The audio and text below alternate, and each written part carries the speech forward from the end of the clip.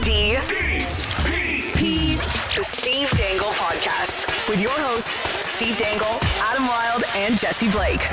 If Rasmus Ristolainen is worth Hag, a first and a second round pick, which is what's being reported as of the starting of this recording, what's Morgan Riley worth? Or if you want to get even deeper, Marissa and Gimme tweeting 11 seconds ago, if Ristolainen is worth a first rounder, you are worth a text back. Oh, that's nice. Yeah. That's nice. You got to get deeper. That's true.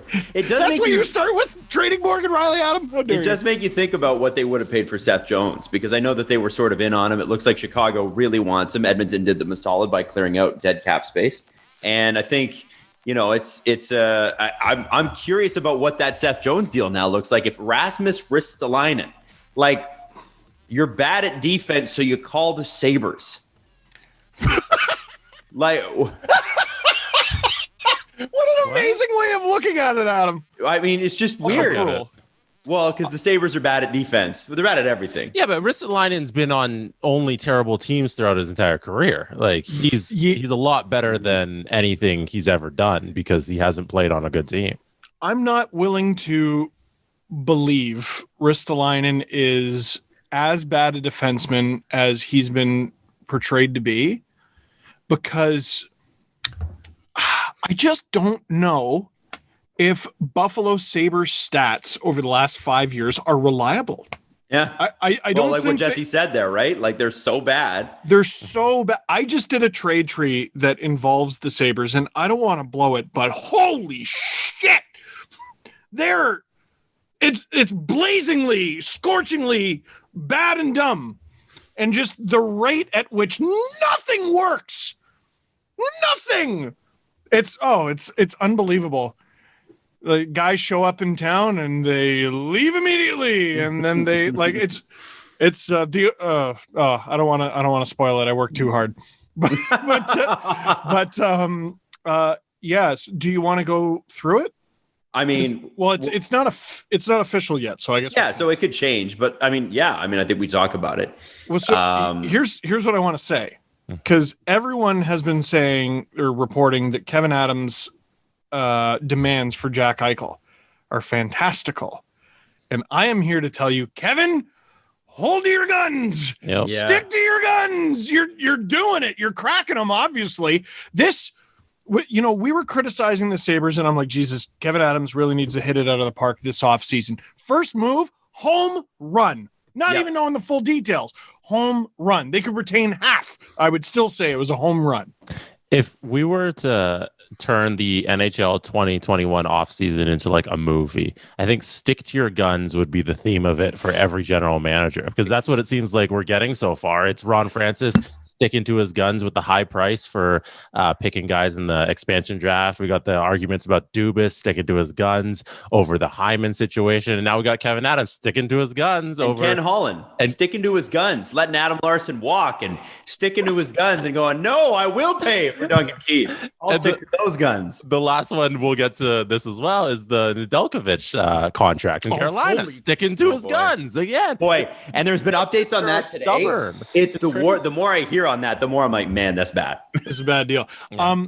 Another annoying thing that is going to be a factor throughout the entire draft. The Coyotes really do ruin everything. Mm-hmm. So John Shannon tweets, sounds like Rasmus Ristolainen is going to Philadelphia in a package that includes the Sabres getting the 13th pick in the draft tonight.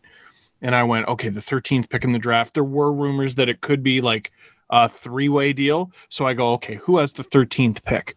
Mm-hmm. Oh, it's Calgary. Philadelphia has the 14th pick. Wait a sec. Is this a three-way trade with Calgary? Or did John Shannon have a typo? No.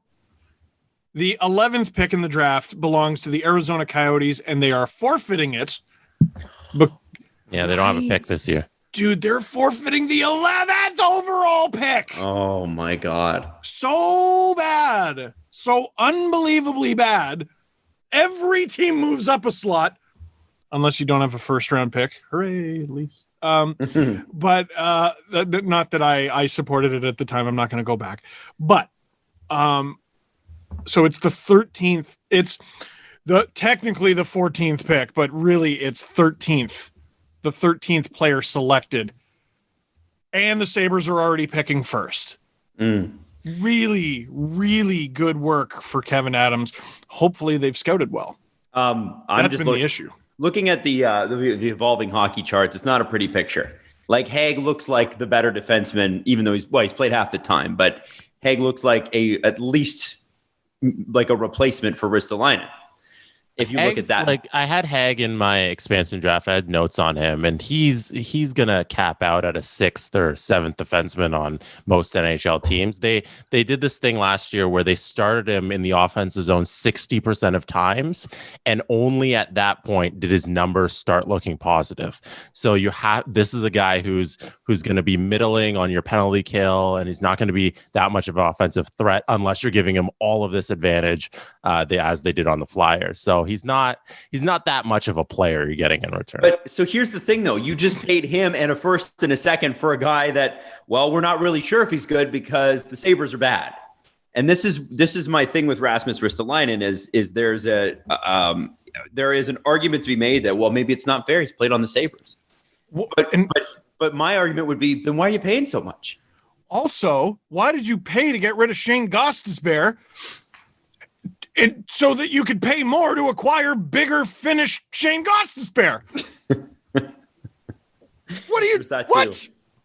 What? I don't understand. There had to be a personality conflict there too. Like obviously with Gostisbehere, there had to be something where it's like, we got to move this guy. His time was over in Philadelphia. Yeah, it was over. Yeah. I think you're right. And Ristolainen's been asking to get it to Buffalo for a while. So Truculent tweeted, Jesus Christ, followed by the Sabres July 5th announcement that they were bringing on Sam Ventura as a vice president of hockey strategy and research. So this guy's, kind of a numbers nut.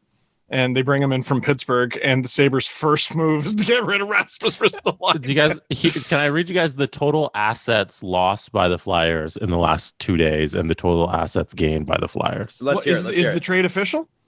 Well, according to what the trade should be. Sure. So it'll be Gostisbehere lost, Haig lost, 13th overall gone, 2nd in 2022 gone, 2nd in 2023 gone, 7th in 2022 gone, and they've acquired Rasmus Ristolainen for all of those things. Oh.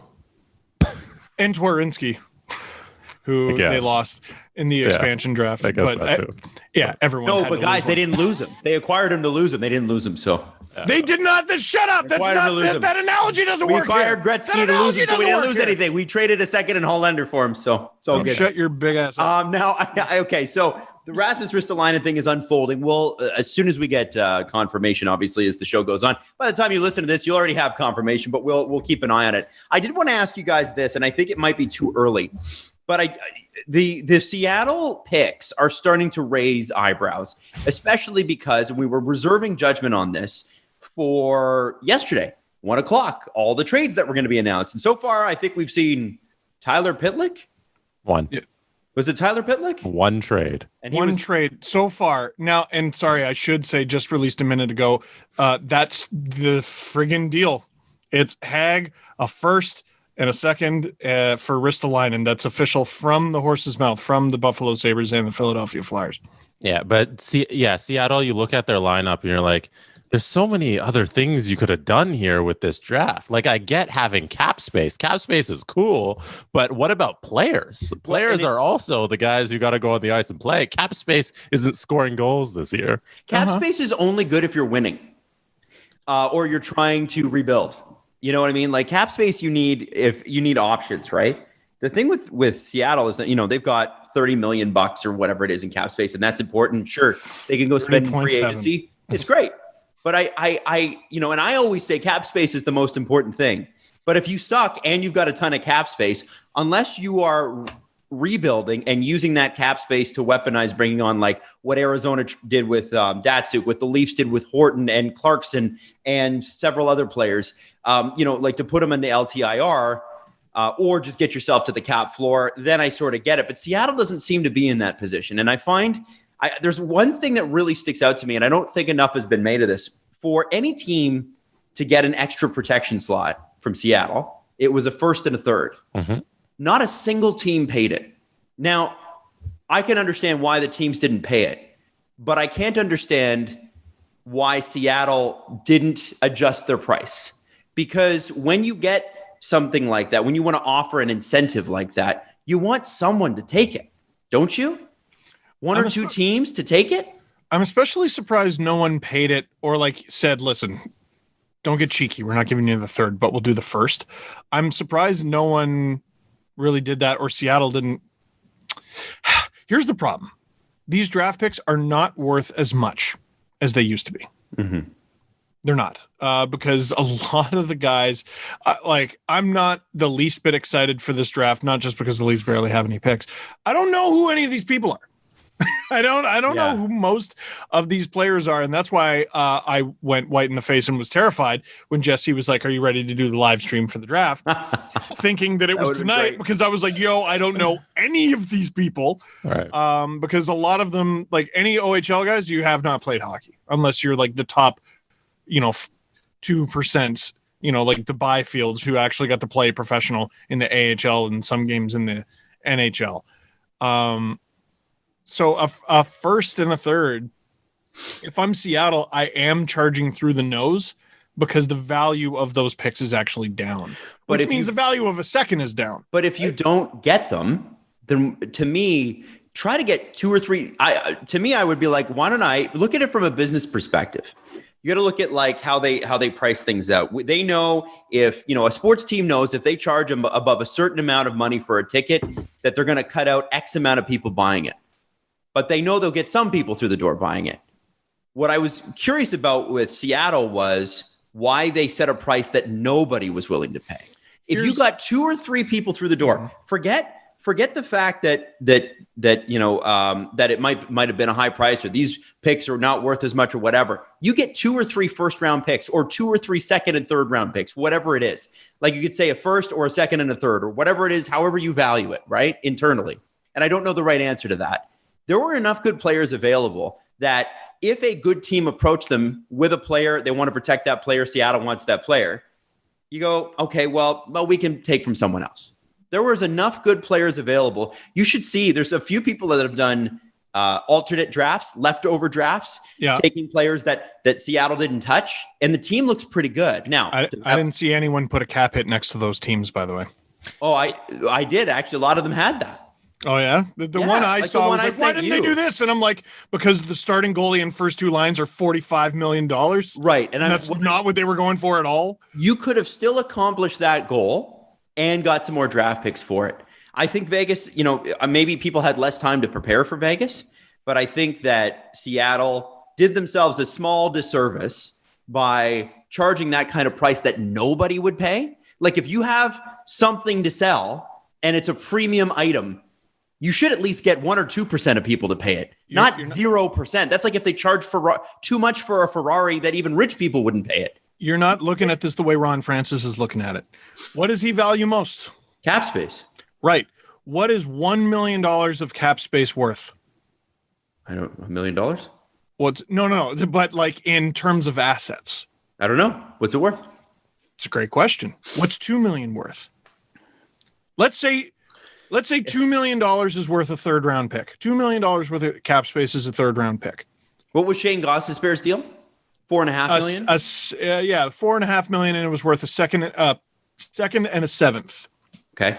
With a team that doesn't have as much leverage as the Kraken. So if I'm the Kraken, I'm still charging my price, right? So let's say $2 million worth of cap space is worth a third round pick. The Kraken have that times 15 with $700,000 to spare. They're gonna get you. Vegas got you right at the beginning.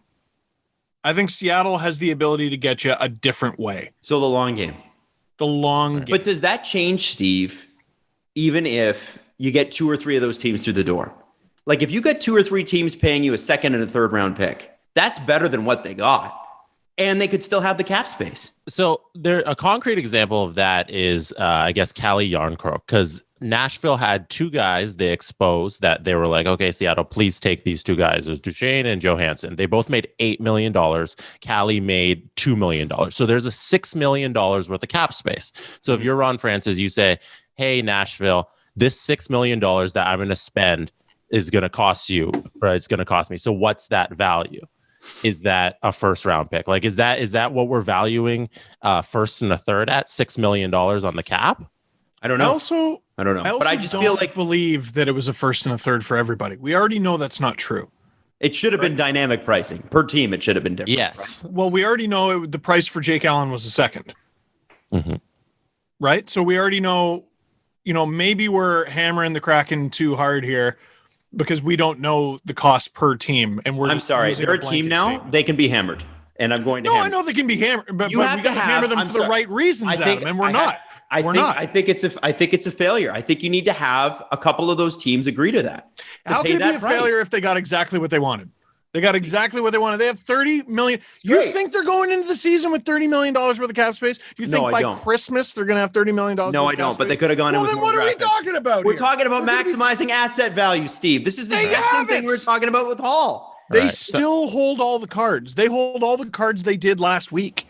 They have $30 million worth of cap space. No one else has this. All right. And one thing they do have is they have a solid defense that you could ice a season opening with this roster and be like, hey, that's probably the second best defense core in your division right now.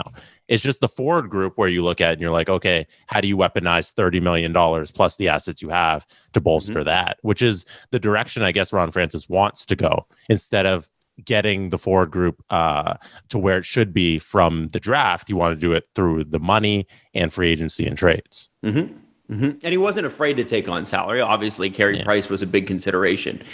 My thinking is, I think you set that price at where at least you get a couple teams to pay it. And I think that's a missed opportunity. Like in Calgary, I guess it was dynamic because we saw the Pitlick deal with Calgary, the Allen situation in Montreal, but it doesn't sound like it was dynamic enough for all of these things to flood through that we thought were going to happen. Because like we said on, Wednesday in the middle of the night, hey, tomorrow at 1, there's going to be like 8 deals that all these trades are going to make sense. And there was 0 of them. Okay. What would you rather have? Austin Matthews, or because people love shitting on the Leafs, what would you rather have, this or what the Leafs have? Because the Leafs are overpaying guys. So what would you rather Probably have? Someone else's thing. Would you rather have Austin Matthews or Artemi Panarin? Or would you rather have a package of Rasmus Ristolainen and Ryan Ellis? Because I'm here to tell you, they all cost the same. Matthews or Panarin cost the same against the cap as Ellis and Ristolainen combined. Holy shit! I don't know what the Flyers are doing. We're talking about the Krakens. Yeah, I don't care. What were you doing in your world over there? Hey, can you get off Twitter for a second? Because when you're on, we know you're not paying attention. You see Steve going. Well, okay, Steve, I'm not paying attention. Face. You're tired of the conversation. The conversation's relevant, though. The conversation is going in circles. The Kraken did they charge teams too much? Yeah, I think they did. Oh man, you should have mentioned that. Well, I'm trying to have a debate with you. This is what a show is. I gave you my side. I gave you my side. They still have $30 million worth of cap space, which I think I mentioned, and they're going to be fine. They're going to be fine. Seattle's going to be better than most teams in the Pacific. Right, and I understand that this is a fluid situation. It's not all the way through. I'm just talking about optically from right now. Right. I still feel like they could have been further ahead. Now, we got a perplexing trade with Detroit and Carolina. Steve, do you feel comfortable talking about this, or is this going to go in circles as well? No, I think this one's pretty straightforward, Adam. Okay, so what? Okay, so here's the thing. Yesterday, we see this trade come through, and everybody says, okay, that's weird. There must be something else. So the something else that we've heard today, again, could get lit up in my mentions again for saying this seems a little bit odd. But Don Waddell's guy, who usually has a plan, trading away a Calder Trophy goalie. Nominee, yeah. Seems odd. Alex Nedeljkovic traded to Detroit. And the interesting thing about this is it was for almost nothing. Like Rasmus Ristolainen cost a lot more than this did. And what's weird is just the optics of it, because he apparently was asking about $3.5 million a year over 2 years. Now you think, okay, The trade, by the way, was Bernier and a third going back to Carolina. The rights for Bernier. He's not even signed. He's a UFA. Yeah. So they booted him in a hurry. And it's $3.5 million. So then he goes to Detroit, and Stevie Y gets him under contract at $3 million, which means Detroit probably came into 2.5. Yeah, sorry. $3 million each year for 2 years. So I'm assuming Detroit said, we'll pay you 2.5. And he said, I want 3.5. And they met in the middle. It was done. And then, so, a lot of people are like, hey, don't take this opportunity to shit on the Canes. They've got something else. And you think, well, it better be a good plan. Pierre LeBrun is reporting today that the plan is get Bernier under contract, get Mrazek under contract. It's a horrendous. It's not good. And what Waddell has said is we are in win now mode, not win later mode. So we need to get veteran goalies. So you got Bernier, who's looked good on a garbage hunk of shit, not even trying team. Literally not even trying. Mm-hmm. Borderline point shaving the Detroit Red Wings by holding back their young guys. Like literally borderline point shaving. And Peter Mrazek, who was good in the 12 games he played last year because of injury. What's the plan here? First, one of them is going to have to be the starter in the playoffs. You're going Bernier, who has he ever played in the playoffs? Maybe with the Kings? The Kings, like the Purple Kings, like way back, right? Wasn't with the Leafs. We already know that. Mm-hmm. And Mrazek, like the rumor has been Freddie, which might be an even worse idea to go after Freddie Anderson. Yeah, he's what you're looking for. If what you're looking for is a veteran goalie, what you should be looking for is a goalie who will stop pucks consistently. What is a third?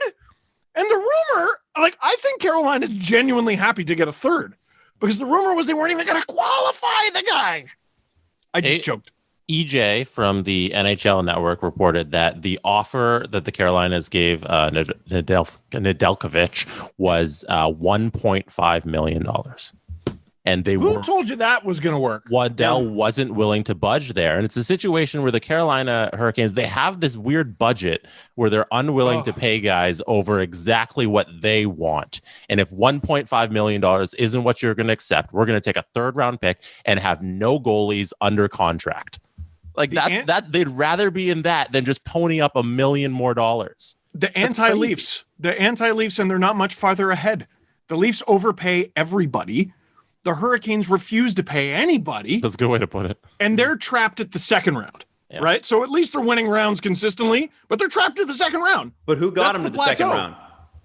Who got him to the second? The team in front of the goalie. Yeah. Not Nedeljkovic. Nedeljkovic, you mean? He started, didn't he? Yeah, he did. But he's 25. He's going to get better. Yeah, and he's at 38 career games, I think. Okay, a 25-year-old who threw up like a 923 or whatever it was.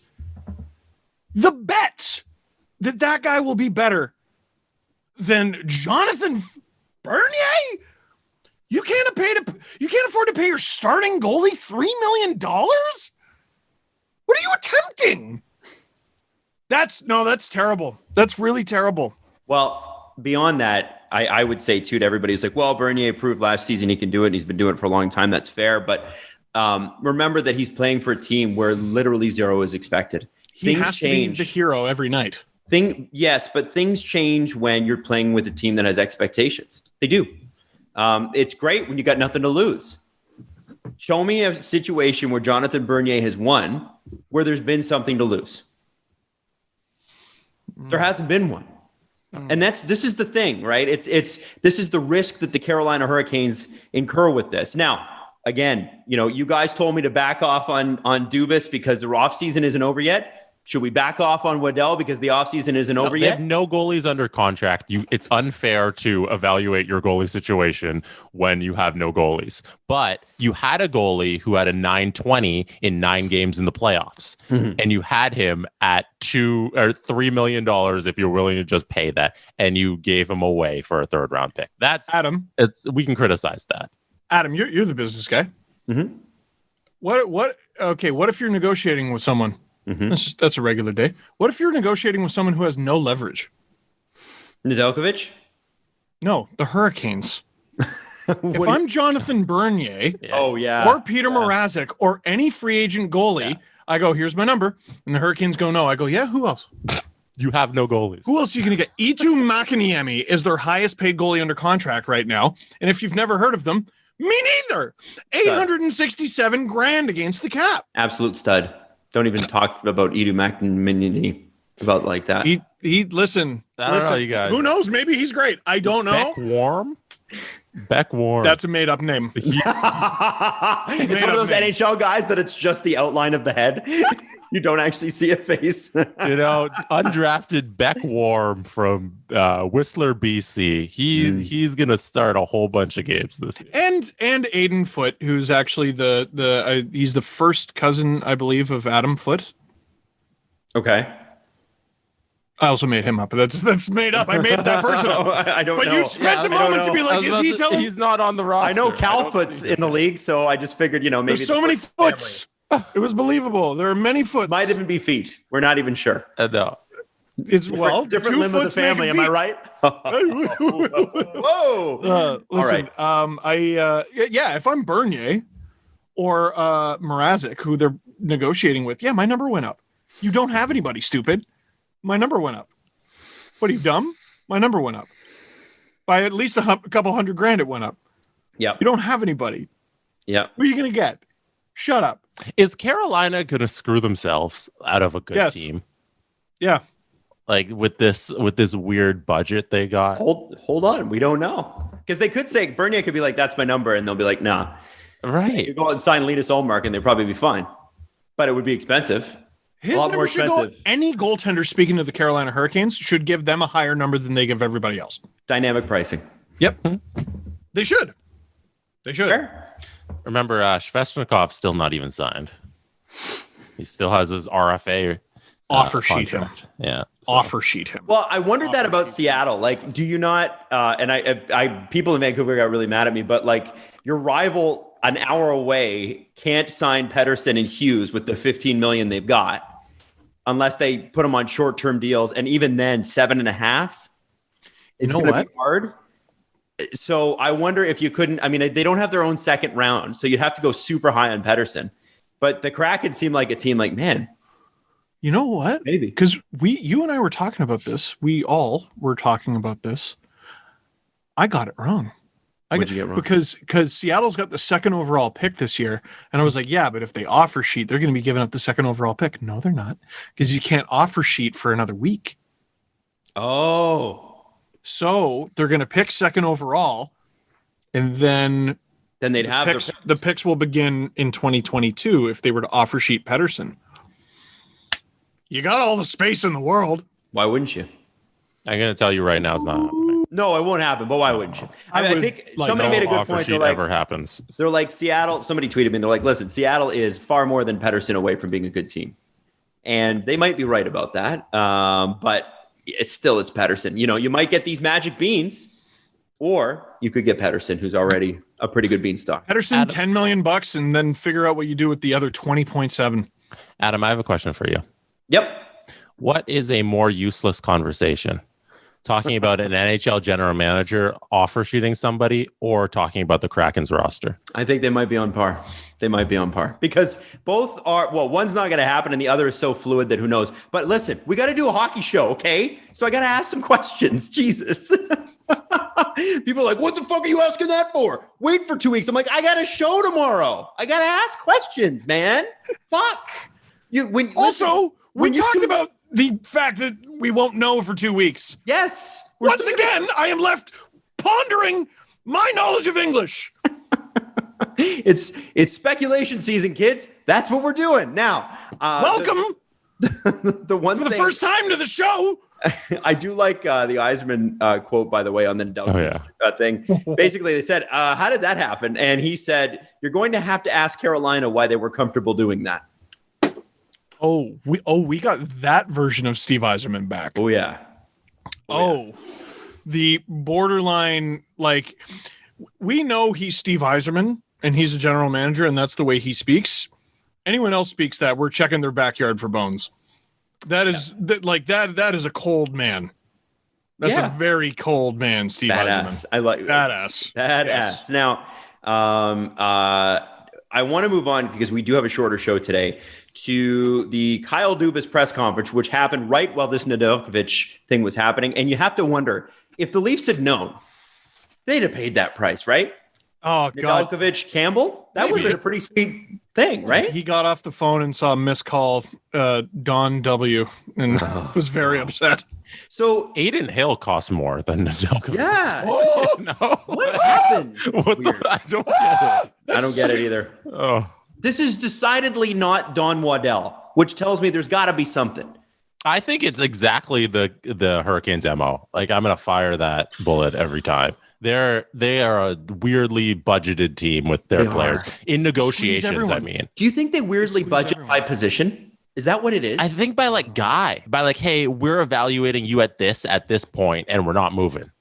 And the Leafs could have benefited from some of that. All right, we're gonna pay our coaching staff, but now we have nothing left for goalies. Right? They squeeze everyone. Like I understand we're a bunch of Leaf fans here, and our team pays everybody, but the Hurricane, like the conversation is always, they don't want to pay this guy. They don't want to pay this guy. The head coach had to beg the organization to pay his assistants. Yes, and like the other staff. You're so close to pay anybody and you win a cup. Pay like two guys, you win a cup. As a fan of a team that cannot get over the hump, I look at the Hurricanes and get immense anxiety. Well, you're so close, guys. They're so close. You just feel like they're gonna win eventually, right? Right? Win what? They get their head out of their ass. Win a second round? I don't know. They got it. The goaltending thing they do have to sort, but I sure hope they do because I'm a big fan of the way the team's built and they're fun to watch and they love each other and the fans are great and it's like everything's great. Why can't you guys just cough up a couple mil? Bring on a corporate sponsor. I'll come down and sell it for you. But come on, you're together for long enough, and the magic starts to wear off. Yeah. And also, every one of you has been squeezed by the organization. Like, when does the shine wear off? Well, speaking of shine wearing off, Steve, and this is where a beautiful transition walks in. Let's talk about the Toronto Maple Leafs. Growing up, cereal is one of the best parts about being a kid. It was the bomb, but then you grow up and you realize, it's full of sugar and junk and stuff that I probably shouldn't eat. What if I told you, because we're all trying to eat better, that you can, and it can be cereal, and it can be fun. We are talking about Magic Spoon. Okay, so 0 grams of sugar, 13 to 14 grams of protein, and only net 4 grams of carbs in each serving. 140 calories a serving. That's it. It's keto friendly. It's gluten free. It's grain free. It's soy free. Low carb. GMO free. You can build your own box or get a variety pack. Available flavors include cocoa, fruity, frosted, peanut butter, blueberry, cinnamon, all the ones you remember from being a kid that you loved so much. And if you go to magicspoon.com/SDP to grab your delicious meal, try it today. You can use that promo code and you get $5 off your first order. Again, that's magicspoon.com/SDP. And Magic Spoon is so confident in their product, it's backed with a 100% happiness guarantee. So if you don't like it for any reason, they will refund your money. No questions asked. One more time. magicspoon.com/SDP to save $5 off. If dreams of vacations and enjoying the fun of life are turning back into reality for you, don't let concerns about financial setbacks keep you from saying yes. Credit Karma helps keep your financial goals in check so you won't have to hit pause on the good times ahead. So here's the deal. Credit Karma's got game-changing technology that shows you tailored offers for credit cards and personal loans that you're more likely to be approved for, so you can apply with more confidence. They'll use your credit and other financial information to show you custom recommendations. And whether you want cash back or travel rewards or you to consolidate debt, Credit Karma can help you find the offers that fit your goals. And with a selection of options and approval odds, you have the power to make informed decisions. It's Credit Karma. Apply with confidence. Go to creditkarma.com/podcast to learn more and find offers tailored just for you. That's creditkarma.com/podcast, PODCAST, or you can see your offers at the Credit Karma app. So just download that. Apply with confidence today. Go to creditkarma.com/podcast or the Credit Karma app.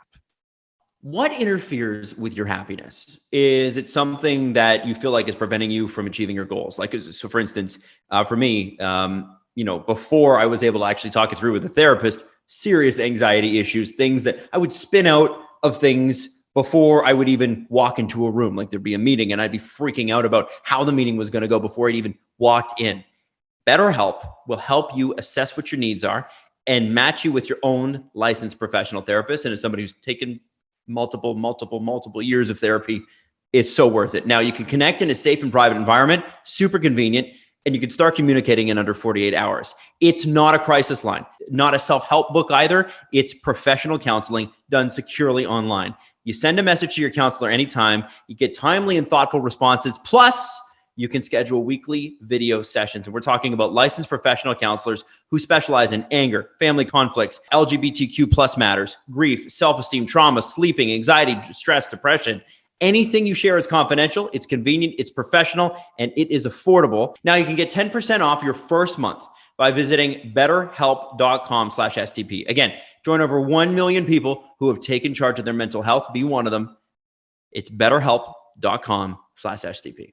Summer's here and hotter days are just around the corner. Keep cool with the help of our friends at Manscaped, who just launched their 4th generation performance package, which includes the Lawnmower 4.0. That's right, you heard that right. 4.0. Complement your summer grooming routine with a trim from the leaders in male grooming. The sun is shining and calling your name, fellas. Join over 2 million people worldwide who trust Manscaped and get ready for the summer. You got to get Manscaped, and you can get 20% off plus free shipping with the code DANGLE, DANGLE. Just check that out. It's super easy. Now, here's the thing. First off, the new Performance Package 4.0 includes the Lawnmower 4.0. Truly the GOAT of all men's body trimmers, and goats would know they're hairy. Their 4th generation trimmer features a cutting-edge ceramic blade to reduce grooming accidents thanks to advanced skin-safe technology. That's trademarked. The Lawnmower 4.0 also has a 7,000 RPM motor, a new multifunction on-off switch, which can engage a travel lock and gives you the ability to turn on a 4,000K LED spotlight so you can be a little bit more precise. And, you can put a little sunshine on it. You know what I'm saying? Did I mention the trimmer is waterproof too? So in the shower or in the sun, doesn't matter. Lawnmower 4.0 is the best trimmer for you. And like we said, get 20% off free shipping with the code DANGLE at manscaped.com. That's 20% off plus free shipping with the code DANGLE at manscaped.com. Stay fresh this summer and shine with Manscaped. Now, Kyle Dubas was ready for his press conference, and I actually think it's apt that you mentioned that because this team felt like magic against Washington, and they felt like a team on the up. Everybody was excited. Then as Toronto fans, we got a little annoying, and then a lot annoying, and then literally hated by everybody again, which is, our rightful place in the league, and that's fair. But Kyle Dubas had a press conference yesterday where he talked about the team, and it's very funny to see the reactions to Kyle Dubas when he says things like this, because the reactions are almost the same. And he says almost the same thing after every single season. So here's the quote, and this is from Chris Johnston, our boy. Basically, the Leafs are doubling down. For better or worse, I believe in this group. And I believe they're going to get it done, and I believe they're going to win. I understand that comes with a certain amount of doubt because of the fact that we may not have broken through in the playoffs, but it's my belief that they will. I believe in them as players. I believe in them as people. And I know that that decision lies on me and what risk that is for me. We're going ahead that way. So I'm comfortable with it. I believe we're going to see the best version of this group next season that we've seen yet. And I'm willing to bet everything on them. And he is. And I got to say, I respect it. At very least, I respect it. I find that laughable. He said the exact same thing against Columbus last year. If they don't succeed, the fault lies with me. I believe in this group. And then the season before, when they lost Game 7 in an atrocious coaching job by Mike Babcock, I believe in this group, and their failure rests with me, remember? And at that time, both times we said, you know what, really respect that. Really respect him taking responsibility. And the more I look at it, and I do respect it, I respect the fact that he's doing his job because that is literally his job. Yeah. You have acquired a bunch of players and signed a bunch of players and you don't believe in them, then you haven't done your job. So literally, we're giving Kyle Dubas praise for literally what's in his job description right now. There's nuance. Okay, so when he said it last year, I thought the nuance was I didn't make a good enough team. This year, it feels like I think I've made a good enough team, and I'm willing to bet they are. Which, okay, fair. Give him that. And to be fair to him, the talent's there. Unquestionably. We all thought they were going to beat Montreal. Every one of us. Every one of us, every person on Sportsnet, including Eric Engels, who covers the Habs. He gave the Habs 7 games. Good for him. He was right. Well, in part. He said the Leafs would win in 7 games. And part of me saw that, and I went, that's fair. It can't be easy, so it's got to go to 7. And, like, I don't want to have the same damn conversation.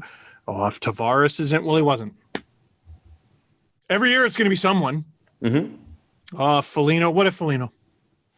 It wasn't there. Every year it's someone. They all got a punctured lung or a broken foot or a hurt. I don't know. Everything.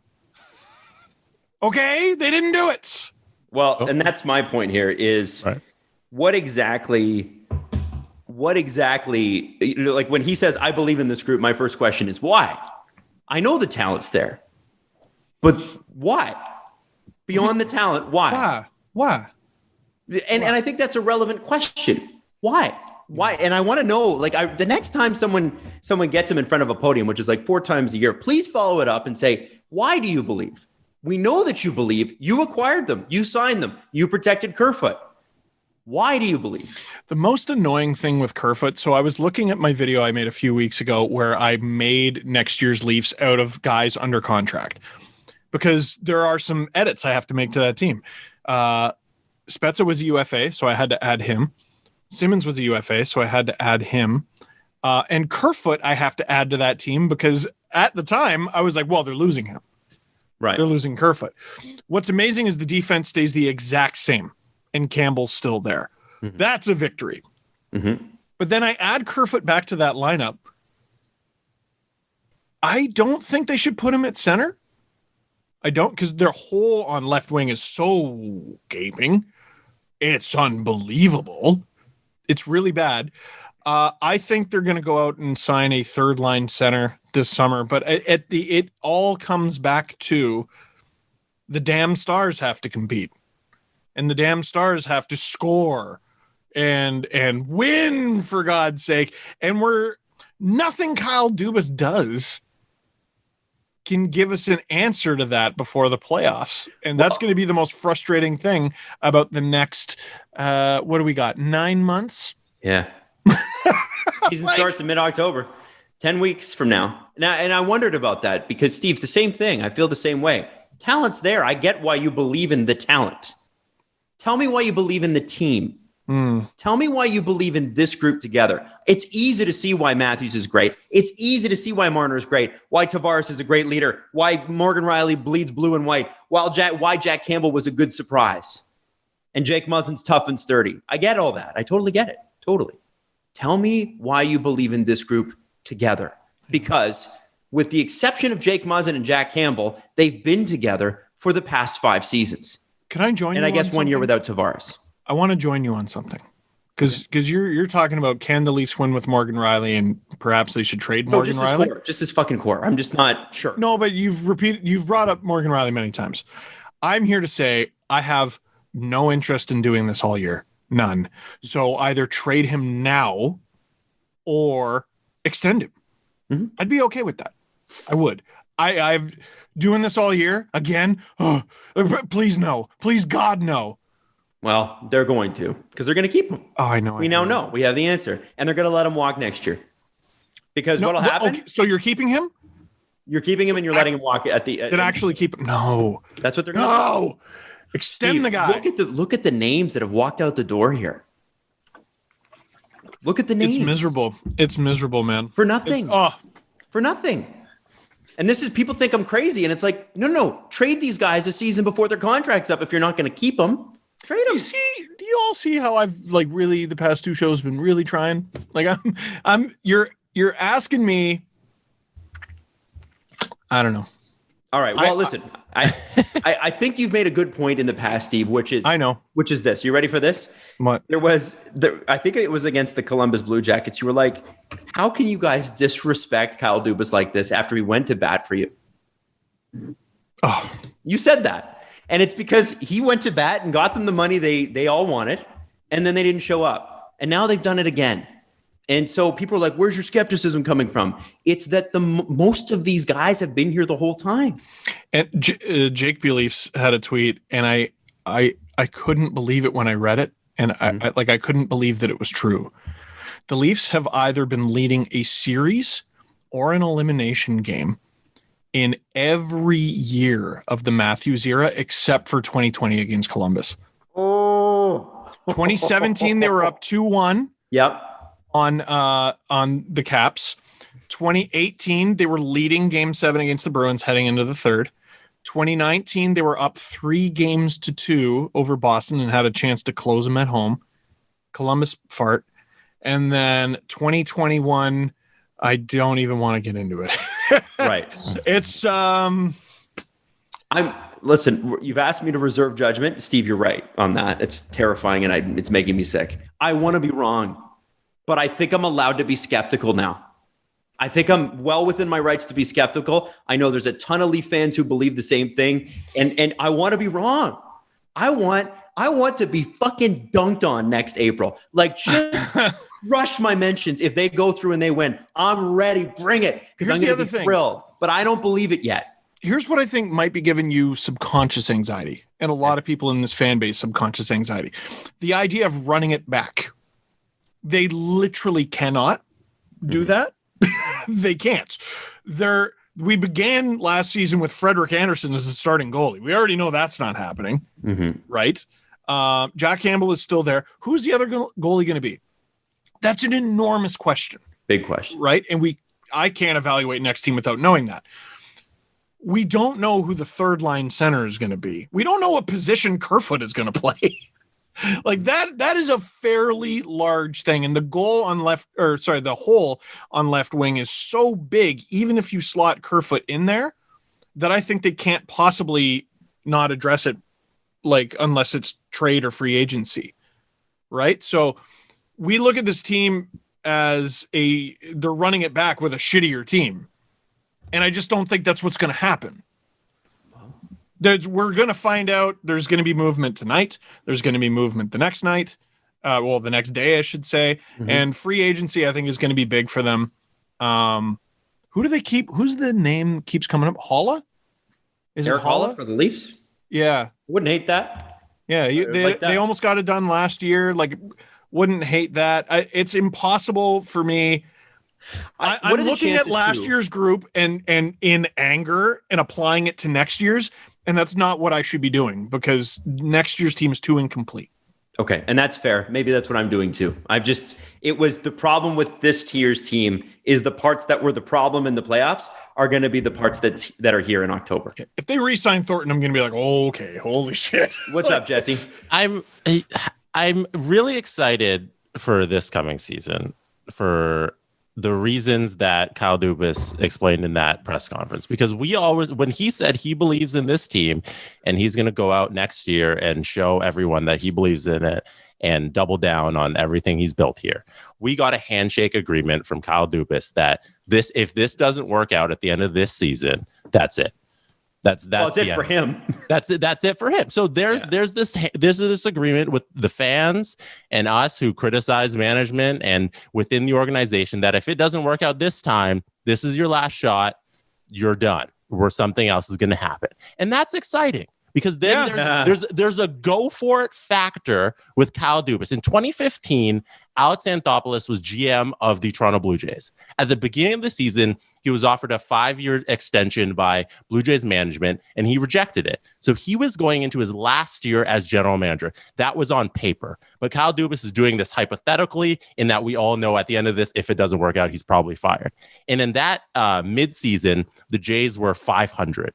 And at that point, Alex Anthopoulos said, I have 6 months left at this job. I better damn win or I can't be the GM of the Toronto Blue Jays anymore. And he went out and he required Troy Tulowitzki at the deadline. You got David Price. You got Ben Revere. Ben Revere was sick. And he sold the farm for guys who are going to win that season. And what did the Jays do? They went on to have one of the best second halves ever and charge into the playoffs and almost make the World Series. So we're going to get to a point in this season where Kyle Dubas is going to say, okay, I better get to the second round here. And the bar is so low for the Leafs, it's embarrassing. Second round. But if he's they've taken a step. he's gonna sit there at the end at whatever it is, the trade deadline, evaluate the team at going into the playoffs and say, okay, I better win here or I'm done as GM of the Leafs. And that's exciting to me. That's fun. That is fun. This is gonna be an exciting season because we know the Leafs have to do it. That's awesome. Do the Leafs know the Leafs have to do it, Jesse? I think they do. Do the players know? 100%. What's at stake for them? They got their money. Exactly. Right. That's the part where I'm like, yeah. In terms of everything will be in place for them to know that they have to do it. Like Kyle Dubas is going to put everything around them so that they know they have to do it. And I think they know to an extent because there's so much chatter in the media in this market that you have to perform here. I'm just imagining Kyle Dubas in the GM box just crossing his fingers so fucking hard. Like, God, I hope you guys care. Go get David Price. I don't think that's how he lives his life. I don't think that's how Dubas lives his life. I think he's a far more zen person. The Chinese farmer thing that he tweeted when Muzzin got hurt, right before the shutdown thing, really sticks with me. I'm like, oh, so that's just who this guy is. Like legit. Like, oh, that's wonderful. Maybe it's great. We got to look it up on YouTube. But we got to win something though. There's also I will say this. So the standard here is just win a series.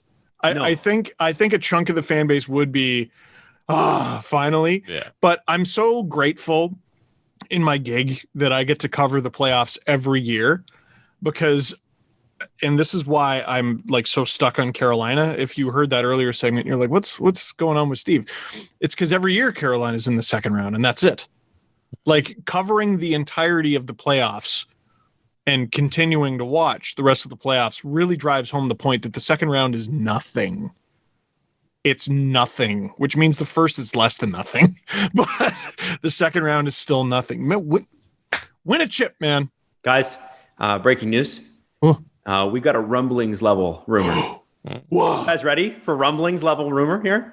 So what is that on the rumor totem pole, Steve? How high up? It's very low. It's there. It's there. Okay. It registers. Darren Dreger is saying that Rangers, Minnesota, Anaheim, and LA is potential fits for Jack Eichel. Rumblings. What rumblings? That Montreal could be in the mix for the Star Center. That's the exact tweet. Now, Shea Weber's not going to play this year. Probably they will have the room. And especially with, Carey Price could miss, what are they saying? Could not play till January. Who the hell knows? Yeah. So, or he'll be fine. Or he'll be fine and they'll be fine. Now, I do want to quickly move on. We were going to have this big debate on Hyman too, but Monday.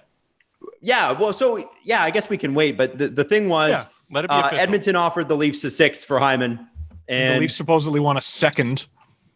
Yeah, for his rights so that they can go 8 years rather than 7. We can have that debate Monday. We can move on. Sure. Just a quick thing. There was NHL general managers, and this was mentioned in Elliot Friedman stopped doing 31 thoughts, but now he's just doing thoughts. And there's like 6 or 7 of them every day. And it's actually kind of great because it's a more updated 31 thoughts. And one of the things he said was most NHL general managers or a couple NHL general managers have told him that players are literally dying not to come here. And that, as we said before, Canada. Oh, and it was because of the COVID restrictions that we've faced. They looked at he gave 3 reasons. It wasn't just COVID. Okay, it was COVID, and it was COVID, and let me read it out. Yeah, read the sentence. Prefer not to play in Canada because of taxes, which has already been debunked, by the way. You have the right planner, it doesn't make a difference. But if the players believe that, then we can't change their minds. Fair. Social media, which is us. We're the reason. I can't wait to get blamed for another player leaving. You're so lucky you guys play hockey. Tighter pandemic restrictions. Man, I was just going to say, has anybody checked on NBA Twitter lately? It's fucking crazy. Football Twitter? Woo! It's weird how the Lakers keep winning and LeBron has a bunch of championships. Like what a strong guy. Doesn't buckle. Hockey players are weird in that they want to go to a place. They're like, okay, I can play in this city where I play on the number one team in the number one sport that they care about. Like you go to Calgary, you go to Edmonton, they don't have anything else, but they'd rather go to a place like Tampa where they're the 6th most important team in the market. They're higher up than the Rays. Come on now. It's probably fair. Now that they've won a couple. I think Lightning fans are actually in the market the best ones. Okay, let's throw out another city, Texas. Yeah, but what percentage of the population are right. Lightning fans? Fair. But your point stands, Jesse. If you want to play for the Stars, how do you rank amongst like college football teams in the NFL and base the Rangers, Yeah. So, but they would rather play for the Stars than the Oilers. Yeah. 100%. It's also nicer weather. Even people in Edmonton can admit that. That's fair. That's fair. That's more than fair. The weather's a factor, and I get it. And you got to play in the winter. The Rangers bought out D'Angelo today. No word yet on if any team has made an offer on him, and he's a very, very, very good player. But top four defenseman, and it'll be curious to see who picks him up. And here's the thing: that any team that picks him up probably is going to do some major background on what changed. What have you done? It didn't work for anybody else, but it could work for us. I thought Jay Fresh nailed it. So he tweeted out, that WAR, the wins above replacement, model. And D'Angelo's numbers his offensive numbers are elite. His defensive numbers are trash, but he sums it up very nicely in one tweet. Tony DeAngelo, bought out by the New York Rangers, is and was a very effective and productive one-way top four right-handed offensive defenseman. It says something about how much of a prick he is that he got bought out despite that. Jeez. Is that the Rangers aren't buying him out because he's bad. They're not. Yeah. So where's the lie? Where's the lie? What did Georgiev punch him in the face? Because you blew an assignment. I don't think so. Who knows? Maybe it'll be you, team that's thinking about it. Maybe it'll be you. You'll change him. Want my money? Habs. Really? Oh, yeah. Well, we got a strong culture. We can indoctrinate him in that. That's gross. That's what these teams always say. The more comes out about this Blackhawks thing, the more Bergevin can shut up forever. Okay, so with the Blackhawks, let's get to the hockey side of it, and then we're going to get to the rest of it, and then we're going to get to the press conference. So the Blackhawks obviously want Seth Jones. It seems like the most likely place, and it looks like they won't have to give up Doc or DeBrincat to get him. So it makes no sense to do that. When I saw that rumor, I cringed. Well, that's the rumor right now. Yep. And if that's the case, man, fuck. Why do people keep helping the Blackhawks? You know what I mean? Well, it depends who you ask. If you ask the right people, they'd say them getting Seth Jones does not help them at all.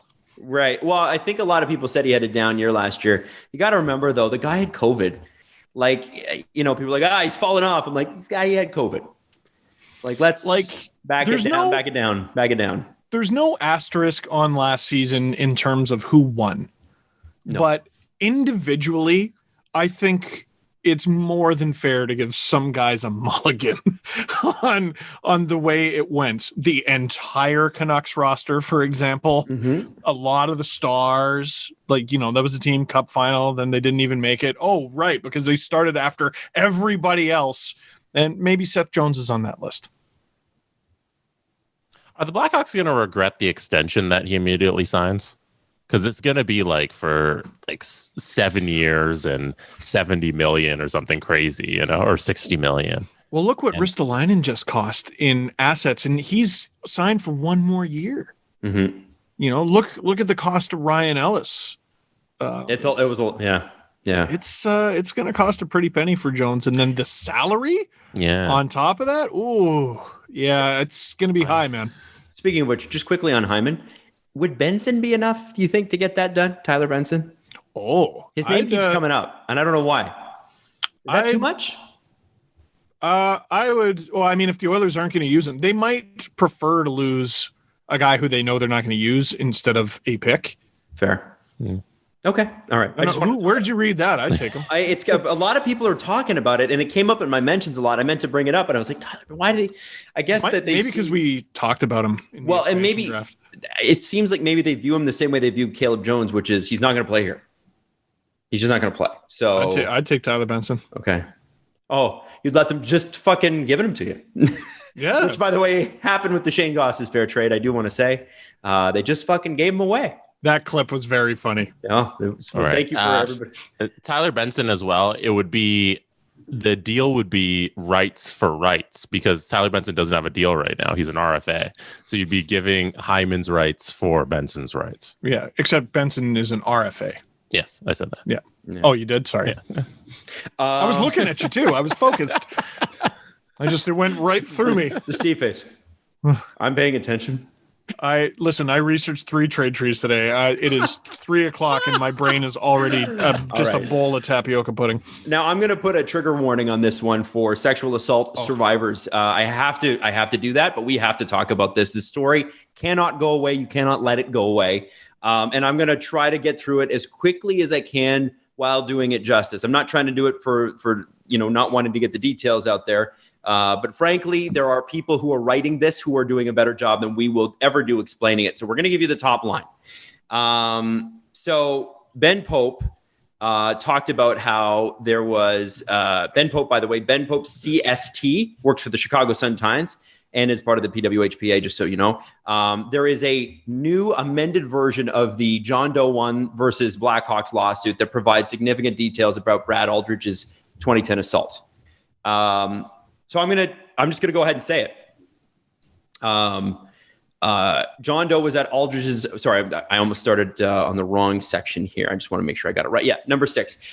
John Doe, who is obviously the plaintiff, was at Aldridge's apartment for coaching advice. Aldridge turned on pornography and began to pleasure himself in front of the plaintiff. John Doe attempted to leave Aldridge's apartment, but Aldridge blocked the exit from the apartment, grabbed a souvenir Cubs baseball bat from his wall, and physically threatened the plaintiff with a small bat. While brandishing the bat, John Doe, Aldridge verbally threatened plaintiff by stating that plaintiff would never play in the NHL if plaintiff did not engage in non-consensual sexual activity with Aldridge at that time. Aldridge verbally threatened plaintiff by stating that Aldridge would ruin plaintiff financially and destroy his career if plaintiff did not engage in non-consensual activity, which with Aldridge at that time. After physically and verbally threatening the plaintiff, Aldridge exposed himself. Aldridge engaged in consensual sexual activity with John Doe, including masturbation, forcible touching, and other lewd and lascivious acts until Aldridge ejaculated on plaintiff while plaintiff was paralyzed with fear. Now, that is, I mean, there's no words to describe that.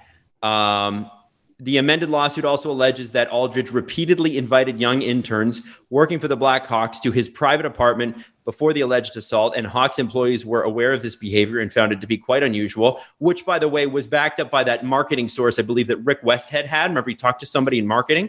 I remember this. And then the amended lawsuit also alleges that the Blackhawks player experienced homophobic trash talking for years afterwards in practices and scrimmages, supervised by the Hawks coaches.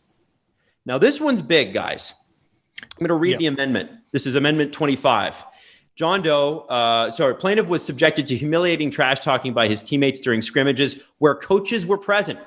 Defendant, the Blackhawks, through its agents, permitted its players to repeatedly harass plaintiff by calling him the F word, not the FUCK word, the other one, asking if he couldn't focus because he wanted to suck someone off, and commenting that he should go suck a D, among other similar harassing statements.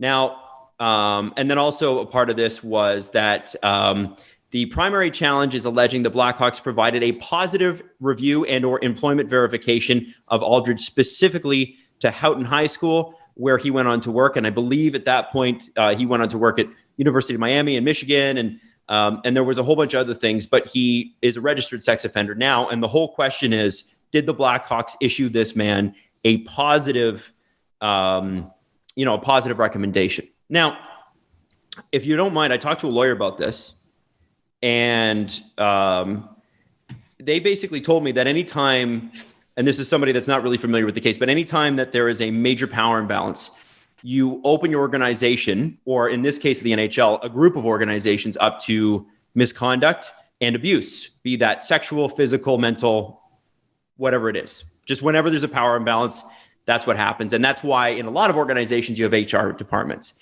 And basically, I mentioned to this person that Aldridge's dad worked for San Jose. And still does, I believe. Still does. And they said, if Aldridge, I believe, worked for San Jose as well under Ron Wilson. And what would have exposed him to is the inner workings of how much power coaches have over players. I'm not talking about superstar players here. The chances of a coach having much pull over a superstar player is pretty slim. But we're talking about guys who are just trying to make their dream happen, just trying to get into the league, just trying to get that $900,000 or your 786 or whatever it is, just trying to get in that NHL paycheck. And people in power usually use pre-existing systems to exploit their position to get what they want. So he would have had a front row seat to how that all worked. And, you can see that in the allegations of "I'll ruin you." How many times did we see that with the Catholic Church? Don't tell anyone or you'll be in big trouble.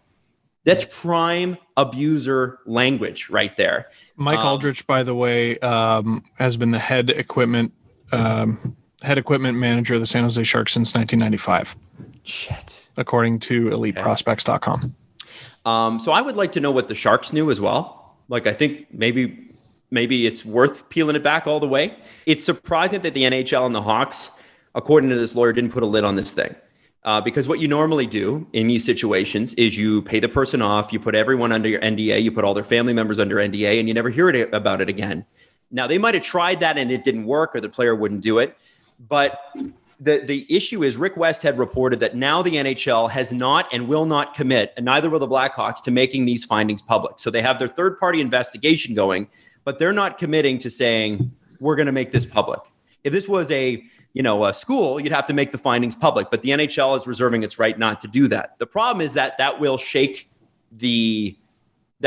anybody's, that will shake the brand, and that's where you get Rogers and ESPN and TNT, and they're all looking at this like this makes us look bad too, because we're partners with you, right? And all the corporate partners, Rick Westhead called every single one of them. Nobody would return his call. And he asked them about why you work with the Blackhawks. Are you aware of these allegations? Do you have anything to say? Rick Westhead is the opposite of messing around, by the way. Yeah. Because it wasn't just the sponsors. And I finally asked this lawyer, what were the chances that this has never happened before? And they said close to zero. It's very likely that they've had similar situations in the past and either settled and NDA'd or bullied the victims into silence, or and this is maybe more likely the case, a lot of times victims won't come forward. Now, the Me Too movement's changed some of that, and that was mostly for women, but for men as well. They said that men have trouble coming forward in sexual assault cases because it's so emasculating. And let's rewind back to the Hawks players, the allegation about the Hawks players. You can't focus because you're thinking of some guy's dick or whatever it is. It's a little bit scary, a lot scary. And it's big of this person to come forward, but it also makes me question, who was the Hawks leadership at that time? Who were the Hawks coaches at that time? And you have Joel Quenneville's name. Mm-hmm. Well, I mean, like if we're talking about, Cheveldayoff said in a statement, I think yesterday, didn't know about it. Player personnel, Mark Bergevin, head of player personnel, did not know about it. Stan Bowman knew about it because a meeting evidently took place. That's the allegation. All those people should be fired, and not even just fired from their current position, then suspended from being in the National Hockey League forever. That's just you. And you should go as far as the Wirtz family should be in trouble for they might have to sell this team. To the point of how is this thing going on within your organization? You shouldn't have your play toy anymore. This should be over. This is absolutely horrific. Everybody involved should be fired from their current position, not allowed to play in the National Hockey League anymore. It's ridiculous. And I agree with that, Jesse. And so here's the last question, the last piece. If that is the case for Cheveldayoff, Bergevin, and Stan Bowman, what do you then say about the guy who was on the ice as the head of this team? That would be Joel Quenneville. That would be Stanley Cup winning Hall of Fame. Well, this is the thing, right? Take him out of the Hall of Fame. And that's what I'm saying is okay, because Bowman is a big name in hockey. We know that, right? Yeah. Quenneville, big name in hockey, player and coach. Bergevin, also a player and coach, a player and GM. Cheveldayoff, doing well in Winnipeg. these are, it seems like at least that there's protection going on, like the NHL is closing in on protecting the wrong people. If you manage and you oversee this, I mean, maybe I don't know what argument could be made to defend anybody on the Hawks coaching staff that year, because clearly they had to have heard that. And then let's talk about the players. The only players who have spoken up and said anything are players that have retired. Sopel and Boynton. Anybody with no skin in the game is speaking honestly. And I think did Dan Carcillo speak up on it too? I believe he did, yeah. Okay. So that's 3. But Duncan Keith, Jonathan Toews, Brent Seabrook, Patrick Kane, Corey Crawford. You all... No, not Crawford. Crawford was on... There? No, he was on 2013. Okay, sorry. That would have been Niemi. Yeah. Right? Their goalie was Niemi that year. Okay. But okay, Toews, just say Toews and Kane, captain and assistant in Chicago right now. Bowman, GM in Chicago right now. It's very unlikely that anything goes back on the players, but you do have to wonder, like, what is the culture in the NHL if that's the reaction? If you're complicit in like a sexual assault case and you knew something happened and like you allowed some of that to occur, then you don't get to be a part of an entertainment product anymore. Like you don't get to have your career in the Fun Factory. You're out. Like that's crazy. Well, and I hate to say it, but the Oilers just spent big assets on Duncan Keith. What's Duncan got to say about that? He obviously had to have known. This is what did or didn't happen is interesting, and we're still learning details. Mm-hmm. So when it comes to specifics, there is perhaps plausible deniability. But whenever someone says something like, I didn't know at all, I don't believe them. Right. I don't believe them. Thing, I can believe Nick Leddy because Nick Leddy wasn't there until the next year. I can believe that's believable enough. But even then, rumors get around, right? It's still hard for me to believe, but it is more believable than someone who was there on that team. Does that make sense? Mm-hmm. Mm-hmm. Mm-hmm. It's the NHL. There's only like 800 guys. It's not a lot.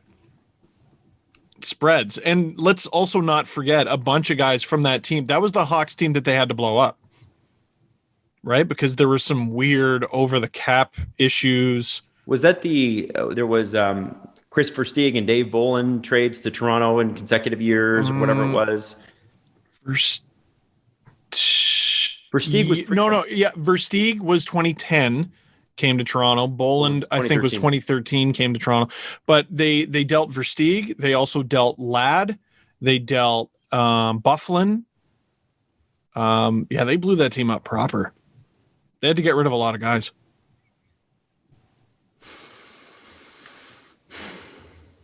It's a tough look. And we'll continue to follow it. I hope you continue to watch it. Follow at Ben Pope CST. Follow by Scott Powers. Follow Rick Westhead. I know there's names I'm missing here. Katie Strang. Yeah, these are the people that are going to give you the story on it. Thankfully, media outlets are actually covering it now.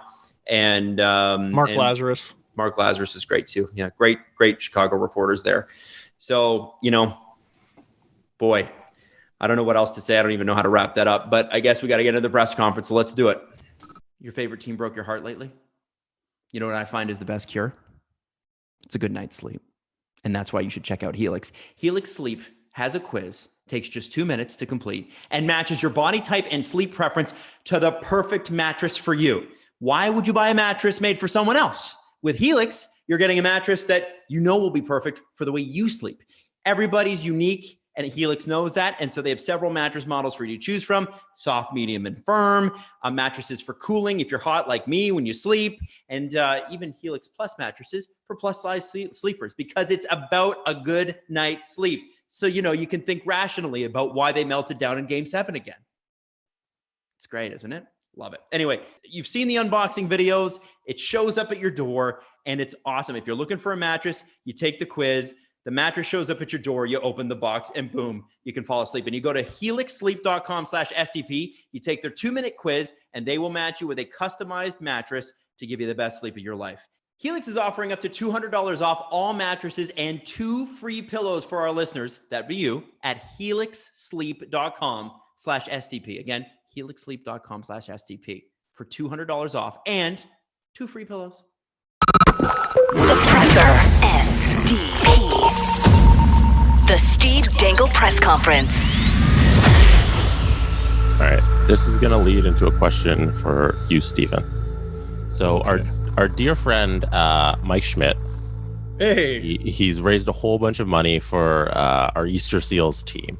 He just recently also actually raised $9,000 through an Overwatch. The video game Overwatch. He played in an Overwatch charity tournament. Unbelievable. At OW4charity.com on Twitter. Sorry. And they raised $9,000 for sick kids and fetch and release.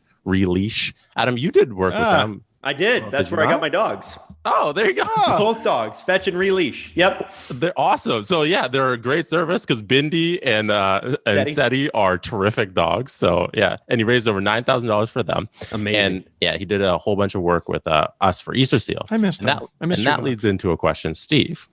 Easter Seals, we don't have many details on that, but rinks around Ontario are reopening in the next 2 weeks. Are you going to restart your journey learning to play hockey and getting better at the game? Yes. It's such a boring, crappy answer. I'm going to resume skating pretty much as soon as my vacation begins. The real answer is, dude, my back is very fucked. Oh no. it's really fucked. And I've done such a good job of rebuilding it. Yeah, because it's been fucked for the history of this podcast. But right around when Leo was a month old or something like that, I really screwed it up. And it made being a new dad extraordinarily stressful, and it made it very difficult. And I've done such a good job, so I just got to be.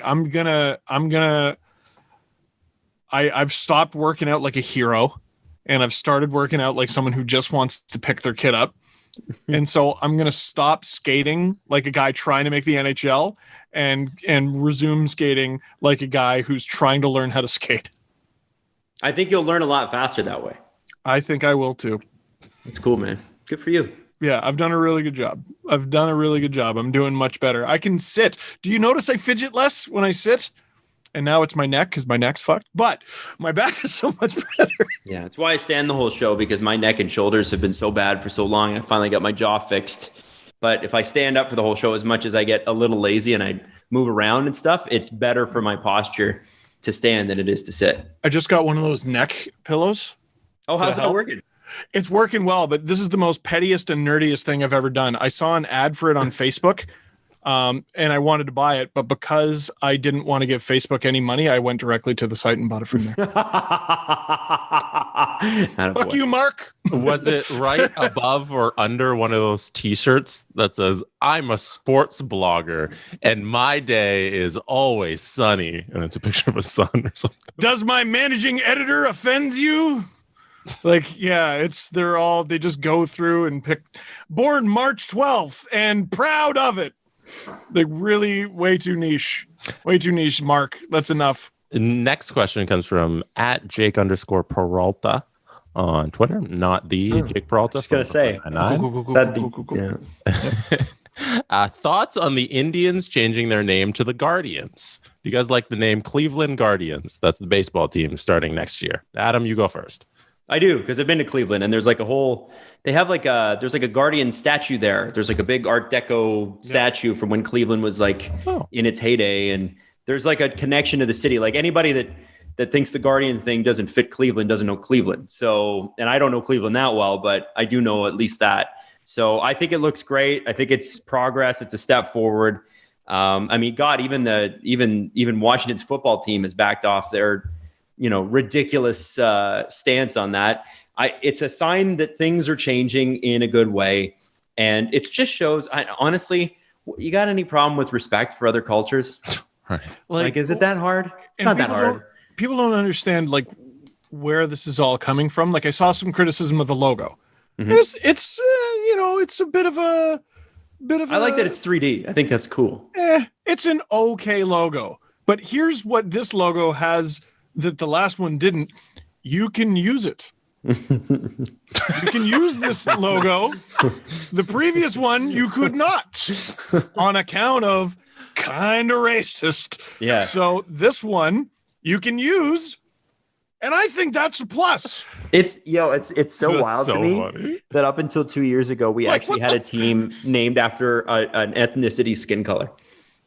Like, Yes! isn't that And nuts? the Chief Wahoo logo is just so wrong. If you want to see something crazy, you should go back. I don't know if you guys ever had these, but I had these VHS tapes of the 92-93 World Series Blue Jays, and it would like break down the season and be like this hype video. Like, it told the whole story. I even had one for the Detroit Red Wings 97 run as well, which was really cool. And that's when they had that "Hey Hey Hockey Town" sound. Detroit fans know what I'm talking about. They had a song. Anyway, long story short, in it, Braves fans are like wielding Tomahawks. The tomahawk chop. and they're wearing the hat. They're wearing the headdress, and they're all doing it together. And I'm chanting. Like, but back then we didn't bat an eye. No one did. I mean, I was 5. What the hell did I know? But like, it's still like you think about that. There was like, go baseball team. Like, come on. I think we batted an eye. I think we batted because I remember. I mean, I didn't because I didn't know any better. I'll be honest with you. I really had no idea. I remember that's one. I have vague memories of certain things from my childhood, and I remember asking my parents about that because we watched video. Because I was like, I know the Blue Jays have won 2 championships, but I don't really remember them. I was too young. I was like 4 when they won that championship, and I saw that. And I was like, what are they doing? And my dad's like, you're not allowed to do that. Don't do that. And I thought it was like, because, that's the other team. Because I was a kid. No, we don't do that because it's the other team. I didn't understand that you don't do that because it's really bad and you shouldn't do it. Final question. This is from GBurge12 on Twitter. They asked, should the NHL create another Canadian team? And I'm going to flip that question. And I'm going to say the NHL currently has 32 teams. Yes. Add 2 teams so we get an even 34. Add 1 to the East. Add 1 to the West. Steve, who you got? Then Adam. Then I'll go because I got 2 as well. Saskatoon, which I know isn't going to happen. But What about, hey, add 2 teams that there's a possibility it could happen? Yeah, like, are we talking about? Okay. Here's my East one, and I think this is realistic. Halifax. Halifax is growing. Halifax has a surrounding area. There aren't too many other shows in town, really. They got a CFL team coming, don't they? No, I don't think that's going to happen. Oh, Yeah, I okay. think the pandemic kind of halted that, and then I don't know where the conversations are at now. Yeah. So they got the Mooseheads. So they do have a Q team. They have a Canadian Premier League team in soccer. Mm-hmm. I'm trying to think of what else Halifax has. I think it's a team that in the future could support an NHL team. Mm-hmm. So that's your. Could they support NHL and the Q? That's a legitimate question because the Mooseheads do you can well. move that team to like Kentville or something like that outside of town. I mean, it's. But yeah, I don't think that. Yeah, go ahead. Pick your other team. Team. See, I think that's a misread of a CHL town because CHL towns are very passionate about their CHL teams, right? And I think Halifax is passionate about the Mooseheads. Mm-hmm. But if they have an opportunity to see Sidney Crosby play in their hometown, I think that'd be pretty cool. I mean, he's around, he's running up and down hills and everything. Screw you guys. I'm sticking with Saskatoon. There's nothing to do and everyone's at the nothing. I think people would actually go. Would enough go to support a team? I don't know, but I think it would surprise you. Jesse, do you just mean Canadian East and West? No. I just add an Eastern Conference team to the NHL. Oh! Add a Western. Oh, okay. What? Because I figured Steve misunderstood that because I'm like, there's not a chance if you can't get a team in Shit. Like if you can't get a team in Quebec City, you definitely can't get one in Nova Scotia. No way. I've lived in crying no out loud. fucking way. There's 250,000. What is there? 400,000 people in the Halifax regional municipality. Not a chance. Not a chance. Unless you got everybody driving 8 hours from every direction to fill the arena every night, and somehow you end up with corporate sponsors beyond like the local oil family, the Irvings. Like I don't know who's going to set the $40 or $50 million on fire each year to fund that team. Someone. I mean, Adam, the Jets lose $25 million a year. Adam, you take your turn, and Steve, if you want to circle back with two other teams, go. No, stick to your guns. That's the thing. All right. Adam, who you got? Stick to your guns is the theme. You're right. Now, this is sorry. Go ahead, Jesse. What did you want to say? No, I was saying, go ahead. Okay, so this is a little unfair because both of these teams are essentially in the same spot in the United States, but one of them's got to go east and one of them's got to go west. So I'm going to say Houston is your Western Conference team.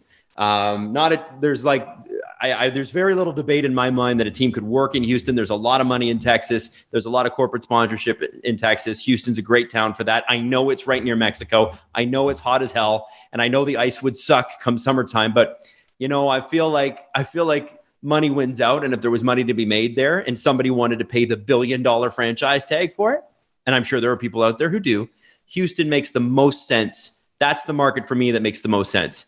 Another one that's come up a lot, and I would put this in the Eastern Conference, even though, again, they're pretty much on par with each other, Kansas City. It's cold in Missouri, and it's a good spot. Like, it seems like a pretty good size city. Your corporate sponsors may not be as, you may not have the best corporate sponsors, and it's just down the street from St. Louis. I think you could make it work, especially with the way things are set up with regards to like revenue sharing.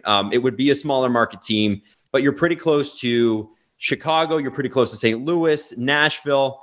And, I would have said Atlanta. I really would have, because I still think a team could work in Atlanta. But you have got to be smarter about the owners you pick. Anybody that knows anything about the Thrashers knows that the reason the Thrashers really failed is because they had an owner that didn't give a fuck. And you need that. And I would take another swing at Atlanta before I would even do Kansas City, because there's so much money there. But you got to make sure you got the right ownership group, and that is the hard part to find. I don't think the Thrashers were a proper evaluation of Atlanta as a hockey market, because they keep coming up in my trade trees. What an utterly incompetent piece of shit team. They failed so monumentally at absolutely everything. It was impressive. Yeah. They were just so bad and so dumb. Every decision they made was the wrong one. And how are you supposed to get into the sport if your team is garbage? It's difficult. Buffalo's got a lot of hockey fans. I'd be interested to see how many new ones they got. Mm-hmm. Interesting. Losing sucks. Losing makes it hard. And if all you pulling out your Leaf jokes right now, I've talked about it before. There's lots of hockey fans here. A lot of them are fans of other teams. I'm going to give you my two teams. I'll start in the West. I think Portland would be a great destination for a team. They already got an NBA team, so they got an arena ready to go. You can do the drive down on the I-5. You can go Vancouver, Seattle, Portland. You got a nice little rivalry there. The teams might be a little close, but I think you can work in that proximity. Like, you have all those teams in California. Why not? Why not? Why not get a team in Portland? I think it'd be cool. And the other in the East, I don't know when this is going to happen, but I think it'll happen eventually. The second team in Toronto. I think it's 100% necessary, because the biggest team in the biggest market right now in the NHL is the Toronto Maple Leafs. The bigger market's it's definitely there's three other ones ahead of them in New York, in North America, like New York, and I believe Houston's ahead of them on the list, and LA. Mm-hmm. But the biggest hockey market in the league is Toronto. Every other sport has two teams in their biggest market. Why not throw a second team in Toronto?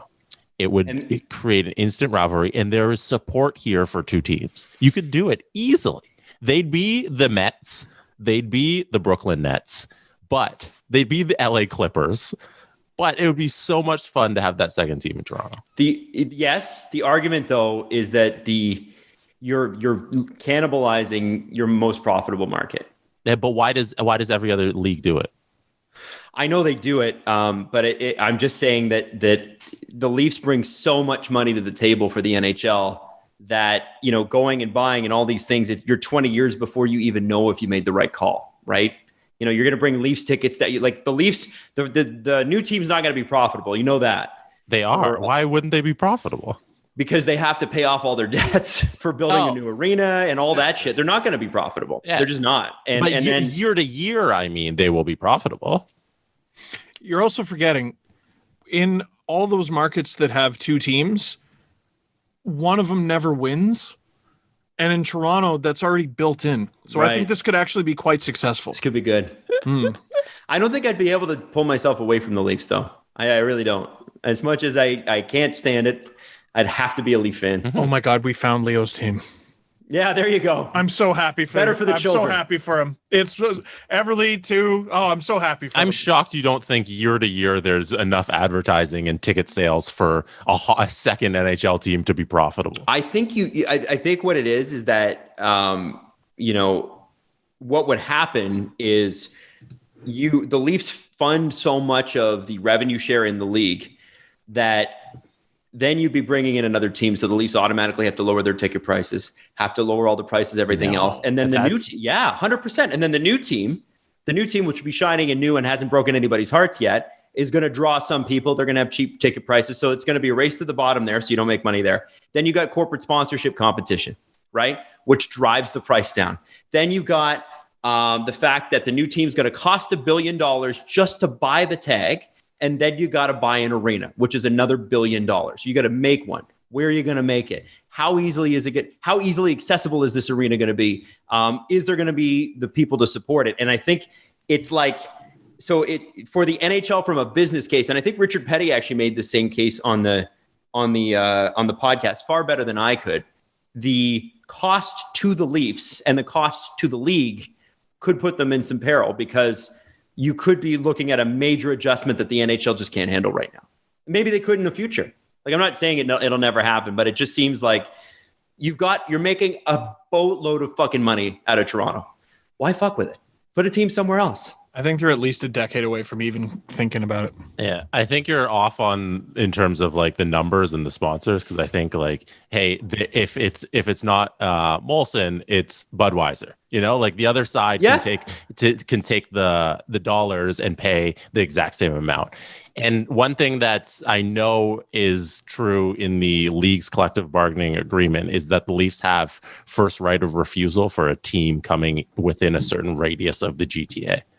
Yes. So that's definitely a reason that it just hasn't been done. But I think it'd be an awesome thing. I think we need the Mets and Clippers and Nets. It's better in Hamilton.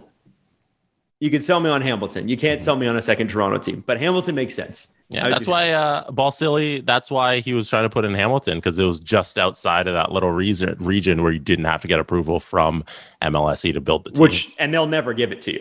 Yeah. They're never going to give you for that. Weird because, like, isn't Buffalo far closer? Yeah, but it's across a border. It's a little different. We're talking about land, right? There's water and land. There's no water, there's no arable land there between Buffalo and Toronto, right? Yeah. You're not building the arena in the middle of the lake. I don't know. Doesn't prevent Leaf fans from packing the joint. I am simply saying what the former CEO of MLSE told us. Right. I'm repeating what he said in his book and what he said on this show. That's all I'm saying. I haven't crunched the numbers. I have no idea. But yeah, I mean, would it be fun? Fuck yeah. And the rivalry between Toronto and Hamilton would be just fucking classic. Like, how great would that be? Just awesome. Anyway, well, I guess we'll leave it there. I think so. Yeah, we good? Do you want to revisit the Kraken conversation, Steve, from the beginning of the show? Or yeah, let's say the same thing a fourth time. Let's do it.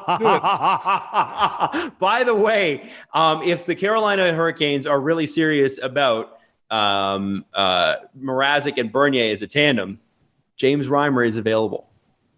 And there's said to be many teams interested in his services. I need it for my soul. It's not going to happen. Would it make you happier about next year? I don't. Yeah, sure. Why not? What? Any Leaf who played on those teams who's willing to come back deserves the world. Oh. Fair enough. How many guys who were on the Game 7 team came back? Anybody? Not many. I think they all left at first opportunity. Right. Fair enough. Okay. Well, we'll leave it at that. So, guys, have a great weekend. We'll be back Monday. More to talk about, more to do, and NHL entry draft tonight because the couple weeks of exhaustion continues. And then next Wednesday, free agency. Let's enjoy your weekend. Let's see some trades tonight. Teams, get creative. Thank you. The Steve Dangle Podcast. Follow the guys on Twitter at Steve_Dangle, at Adam WYLDE, and at Jesse Blake. Connection complete.